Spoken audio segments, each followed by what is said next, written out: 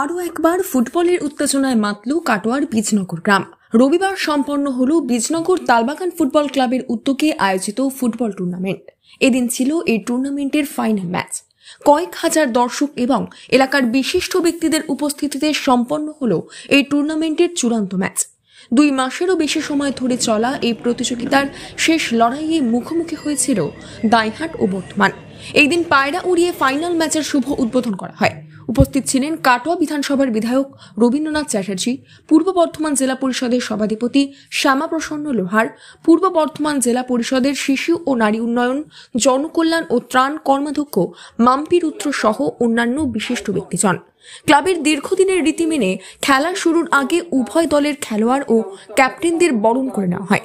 এরপর উদ্বোধনী নৃত্য পরিবেশন করে বীজনগর ঘরানা শৈলীর শিল্পীরা।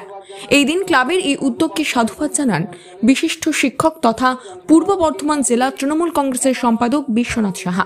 তিনি বলেন, তালবাগান ফুটবল ক্লাবের ওই উদ্যোগটা শুধু আজকের নয়, ব্রিটিশ আমল থেকেই এই তালবাগান ফুটবল ক্লাব ফুটবল খেলার মাধ্যমে এবং অন্যান্য খেলাধুলার মাধ্যমে এলাকার মানুষকে এর সঙ্গে যুক্ত করে এবং এলাকার যে সমস্ত যুব সমাজ রয়েছে তাদেরকে প্রাঙ্গণমুখী করার প্রচেষ্টা আমাদের কাছে খুব প্রশংসনীয়।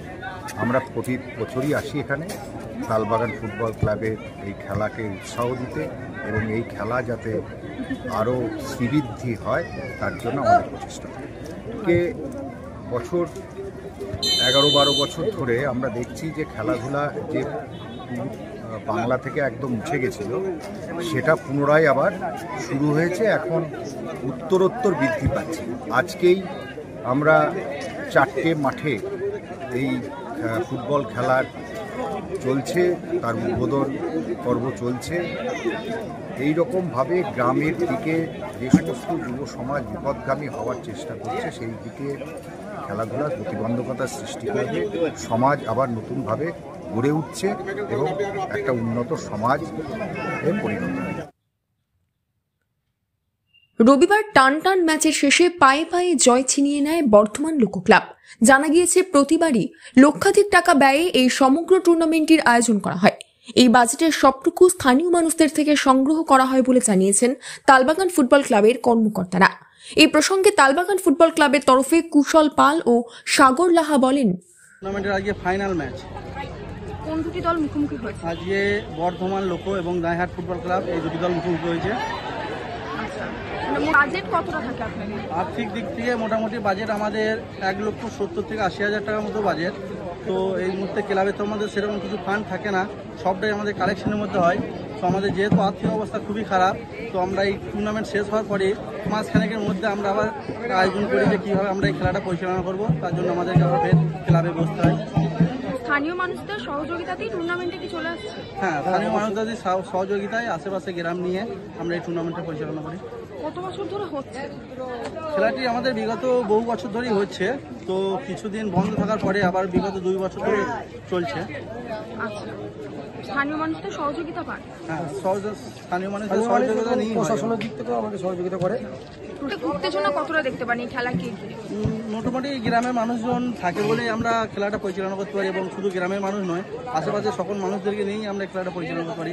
সবাই সাহায্যের হাত বাড়িয়ে দেয় বলেই আমরা এই খেলাটি পরিচালনা করতে পারি। দর্শক সংখ্যা কিরকম কি হয়? দর্শক সংখ্যা মোটামুটি আমাদের দর্শক তো খুবই হয়, মোটামুটি আন্দাজে বলা তো একটা সম্ভব নয়, তার মোটামুটি 10-12 হাজার দর্শক আমাদের মাঠে উপস্থিত থাকে। ক্লাবের কর্মকর্তাদের কথায় প্রতিবার টুর্নামেন্টের শেষের মাস কয়েকের মধ্যেই পরবর্তী বছরের প্রস্তুতি শুরু করে দেন তারা। এই দিন খেলা শেষে উভয় দলের খেলোয়াড়দেরকেই পুরস্কৃত করা হয়। বিজয়ী ট্রফি ও আর্থিক পুরস্কার তুলে দেওয়া হয় বর্ধমান লোক ক্লাবের হাতে। পাশাপাশি দাইহাটের হাতেও ট্রফি ও আর্থিক পুরস্কার তুলে দেওয়া হয় ক্লাবের তরফে। ফাইনাল ম্যাচের সেরা খেলোয়াড় নির্বাচিত হন বর্ধমানের অজয় চ্যাটার্জি। অগণিত দর্শকদের পাশাপাশি এই দিন মাঠে উপস্থিত ছিলেন কাটোয়া বিধানসভার বিধায়ক রবীন্দ্রনাথ চট্টোপাধ্যায়, পূর্ব বর্ধমান জেলা পরিষদের সভাধিপতি শ্যামাপ্রসন্ন লোহার, পূর্ব বর্ধমান জেলা পরিষদের শিশু ও নারী উন্নয়ন, জনকল্যাণ ও ত্রাণ কর্মাধ্যক্ষ মাম্পি রুদ্র, সুদপুর গ্রাম পঞ্চায়েতের প্রধান শিবানী ঘোষ, উপপ্রধান ধানুগোপাল হালদার, পঞ্চায়েত সমিতির সদস্য পরেশনাথ ভট্টাচার্য, সুতপুর উচ্চ বিদ্যালয়ের প্রধান শিক্ষক ডক্টর দেবাশিস দে, বিশিষ্ট সাংবাদিক চন্দ্রনাথ মুখোপাধ্যায়, ডক্টর পবিত্র দত্ত সহ নারায়ণচন্দ্র সাঁতরা ও এলাকার অন্যান্য বেশ কিছু বিশিষ্ট শিক্ষক ও অন্যান্য গুণীজনেরা। Bureau report, news network 7। Hallmark সোনার গহনা কেনার একমাত্র ঐতিহ্যশালী স্বর্ণ প্রতিষ্ঠান শ্রী ধীরেন্দ্রনাথ দত্ত গোল্ড প্রাইভেট লিমিটেডের শ্রী সুখেন দত্তের দোকান। ঠিকানা কাছারি রোড, চৌরাস্তা, টেলিফোন ময়দান, কাটোয়া, পূর্ব বর্ধমান। শহরের অন্যতম প্রাচীন ব্যবসায়ী প্রতিষ্ঠান new Shri Gauranga tea store. প্রসিদ্ধ চা ব্যবসায়ী, খুচরো ও পাইকারি চায়ের এই প্রতিষ্ঠান শহরে প্রায় 80 বছর ধরে সুনামের সঙ্গে ব্যবসা করে চলেছে। ঠিকানা কাটোয়া স্টেশন বাজার, চৌরাস্তা।